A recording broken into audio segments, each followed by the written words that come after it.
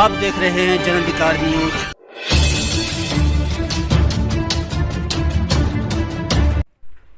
ईदगाह क्षेत्र में हुई हत्या के खिलाफ जन आक्रोश देखने को मिला और विधायक रफ़ीक खान के खिलाफ भी लोगों में जन आक्रोश देखने को मिला, क्योंकि हत्या के 3 दिन बाद भी अभी तक रफ़ीक खान वहां हालचाल पूछने के लिए जनता तक या उनके घर वालों तक नहीं पहुंचे हैं। देखें जनता क्या कह रही है। नमस्कार, मैं जरूर आप देख रहे हैं जन अधिकार न्यूज। अभी 3 दिन पहले यहाँ पे 2 भाइयों की हत्या हुई थी। हम आए हैं उनके माँ बाप से मिलने और उनसे जानते हैं कि यहाँ पे क्या अभी तक प्रशासन या सरकार की तरफ से कोई मदद पहुँची है क्या। तो सबसे पहले हम बात करते हैं उनके पापा से। सर बताइए, यहाँ पे अभी तक प्रशासन की तरफ से या सरकार की तरफ से कोई मदद पहुँची है अब तक? हमारे पास सरकार की तरफ से या प्रशासन की तरफ से कोई मदद नहीं आई, कोई पूछताछ नहीं हुई, कोई नहीं आया यहाँ।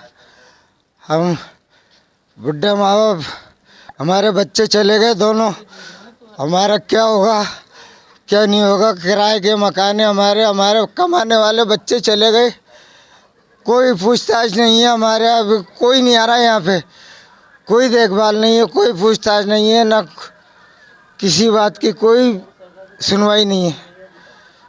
अभी तक विधायक की तरफ से भी कोई जवाब नहीं मिला? नहीं, ना कोई फ़ोन आया, ना कोई जवाब आया। विधायक की तरफ से भी कोई फ़ोन नहीं आया। आप मृतक की माता हैं? कुछ बताएंगे कि ये हादसा कैसे हुआ था? हादसे के लिए मैं तो घर में थी, मुझे कुछ नहीं पता। बच्चे भारे थे तो भारे मेरे बच्चों पे हमला करा। 20-25 जने थे, मेरे बच्चे खाली हाथ खड़े हुए थे, उनको पीछे से मारा गया हमला करके। तलवार चाकू से तलवारों से जगह से काट दिया उनको, जगह से मारा। भागने तक का मौका नहीं दिया उन्होंने। ऐसा मारा मेरे शेरों को, मगर मेरे शेर मरे नहीं, शहीद हुए। उनका बदला अल्लाह ताला लेगा और हम भी लेंगे, हम छोड़ेंगे नहीं। और हमें इंसाफ चाहिए, इंसाफ चाहिए।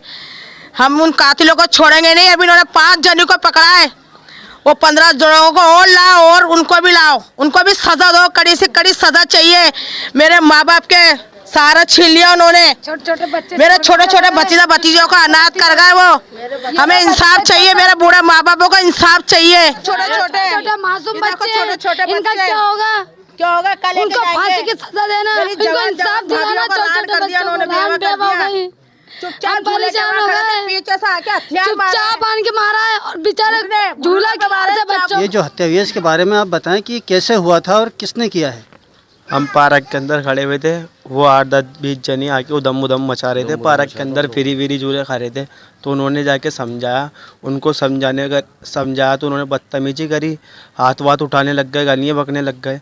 फिर वो एकदम पीछे से कोई सामान वामान लेके आए, हथियार लेकर आए, उन्होंने एकदम उसे स्टार्ट कर दिया। दोनों भाइयों को एक साथ मारा? हाँ। कितने लोग थे लगभग? कम से कम 15-20 जने थे। इससे पहले कभी उनकी कोई कहासुनी हुई है? नहीं हुई। मतलब वहाँ पे वो लोग दादागिरी कर रहे थे? हाँ, दादागिरी कर रहे थे। सुनाई में आया कि वो लोग नशे का भी कारोबार करते थे? हाँ, नशे का भी कारोबार करते थे। स्मैक बेचा करते थे? हाँ। बेचते थे या पीते थे? पीते भी थे, बेचते भी थे। से दोनों में थे? हाँ। कुछ एक के नाम बताएंगे अगर जानकारी में हो तो? एक का नाम जुबैर था, एक का नाम तौसीफ था और एक का नाम तौकीफ था। तौकीफ अयान। ये तो अभी 5 पकड़ में आए हैं, इसके अलावा औरों की भी गिरफ्तारी होगी? कितने लोगों का आप लोगों ने नामजद रिपोर्ट दर्ज कराई है? 6-7 आदमियों के नाम दर्ज कराए। एक सोनू था। मतलब 7 लोगों के आपने नामजद रिपोर्ट दर्ज कराई है और 5 पकड़ में 2 बाकी हैं अभी? 2 बाकी हैं अभी। बताइए यहाँ पे क्या माहौल चल रहा है? यहाँ पे तो बहुत बुरा माहौल चल रहा है भाई। लेते हैं जिसको मार देते हैं, लेते हैं जिसके चोरी कर लेते हैं, लेते हैं जिसको उठाओ पटकन है। और गरीबों की तो कोई सुनता नहीं है, सब पैसे वालों की सुनते हैं। और इनको ये इतने गरीब हैं जिन्हों के बच्चे मरे, उनको इंसाफ चाहिए। मैं तो गहलोत जी से भी यही कहती हूँ कि इनका इंसाफ करें, और रफ़ीक खान जी से भी कहती हूँ इनका इंसाफ करें। और यहाँ के और कहीं के पार्षद भी हैं, वो भी इनका इंसाफ करें। और पूरा मोहल्ला भी इनका साथ दे और पूरे मोहल्ले वाले भी इनका इंसाफ करें। और हम मोहल्ले वाले सारे इनके साथ हैं, और आधी रात को भी कोई भी जरूरत पड़े तो हम इनके साथ हैं, पूरा मोहल्ला। हमें राजीनामे के लिए डराया जा रहा है। चाचा हूँ, जब से हमारे बच्चे मरे कोई हमारे पास आया नहीं, न सरकार न प्रशासन, कोई नहीं आया, न नेता न पार्षद, कोई नहीं आया। ये रिक्शा चलाते हैं मेरे भाई जिनके बच्चे मरे, ये इतने गरीब है कि इनके खाने को भी दाने नहीं है, कमाने वाले मर गए। सरकार सिर्फ वोट लेने आती है, सरकार बनाने के लिए मदद करने कोई नहीं आता। गरीब की आवाज़ को दबा दिया जाता है, तो हमारी मदद कौन करेगा। इस इलाके में नशे का व्यापार इतना बुलंद है कि जो भी डांटता है या समझाता है तो उसको पीस दिया जाता है। जैसे मेरे भतीजों को काट दिया गया, किसी की कोई सुनवाई नहीं है, गाय भैंसों की तरह काट के चले गए 25-30 जने उसको। तो हमारी मदद कौन करेगा। ये मोहल्ला करेगा, हमारी सरकार करेगी या राजस्थान सरकार करेगी, कौन हमें मदद देगा। ये सेंटर सरकार हमारी मदद करेगी, हमें इसका जवाब चाहिए। और हमारे जो दोनों बच्चों का खून हुआ है उसका इंसाफ चाहिए हमें सरकार से। पूरे मोहल्ले में कई वारदातें हो चुकी हैं, बच्चों के हाथ पैर टूट चुके हैं, लेकिन सरकार की तरफ से कोई इंसाफ नहीं मिला अभी तक। तो हमें इंसाफ चाहिए। क्यों भाई, हमें इंसाफ चाहिए, हमें सिर्फ इंसाफ चाहिए। हमें डराया जा रहा है, हमें इंसाफ चाहिए। इस मोहल्ले में जो गुंडे चोटे नहीं रहना चाहिए, इनको निकालना चाहिए। ये निकल के रहेंगे, ये मार के रहेंगे इनको, समझे। इन्होंने बहुत परेशान कर रखा है, घर घर में चोरी कर रखी है, घर घर में वो करते डाकू डालते हैं, इतना डाका डालते हैं इसको कोई याद नहीं। उस बेचारी को देखो तो उस बेचारी के ले गए मोबाइल, ले गए 5 मोबाइल ले गए, नोट ले गए। कोई इंसाफ करने वाला नहीं है यहाँ पे, बेईमान करते हैं। ये बेईमानी नहीं चलेगी यहाँ पे, समझे। इंसाफ चलेगा, इंसाफ चलेगा। ये इंसाफ, इनके बेटे नहीं मरे, हमारे भाई मरे, हमारे भाई। इनके बेटे नहीं मरे, हमारे भाई मरे, हमारे भाई मरे। ये छोटे छोटे बच्चे, मेरे छोटे भाई थे, वो दोनों मुझसे भी छोटे थे। वो दोनों, एक तो ये उसका बच्चा और एक का गया, एक कह रहा उसका बच्चा छोटा। इस बच्चे ने तो देखा कि मेरे पापा को चाकू से मारा। यह है वो स्थान जहाँ पे वो दोनों हत्या हुई थी। हमें जानकारी मिली है कि जो हत्यारे थे वो नशा करते थे और नशा बेचते भी थे। तो यहाँ कुछ लोग खड़े हैं, हम उनसे जानते हैं कि यह हत्या क्यों और कैसे हुई। तो सबसे पहले तो आप बताइए कि ये जो हत्या हुई है इसके पीछे कारण क्या रहा है। कारण तो झूला ही बताया जा रहा है। प्रेजेंट में ये मामला था कि उनके झूले में लेके कुछ कहासुनी हो गई, तो उसको लेके उन्होंने धारदार चाकू और तलवारों से हमला कर दिया, जो कि नस कटने से उनकी दोनों की मौत हो गई स्पॉट पे।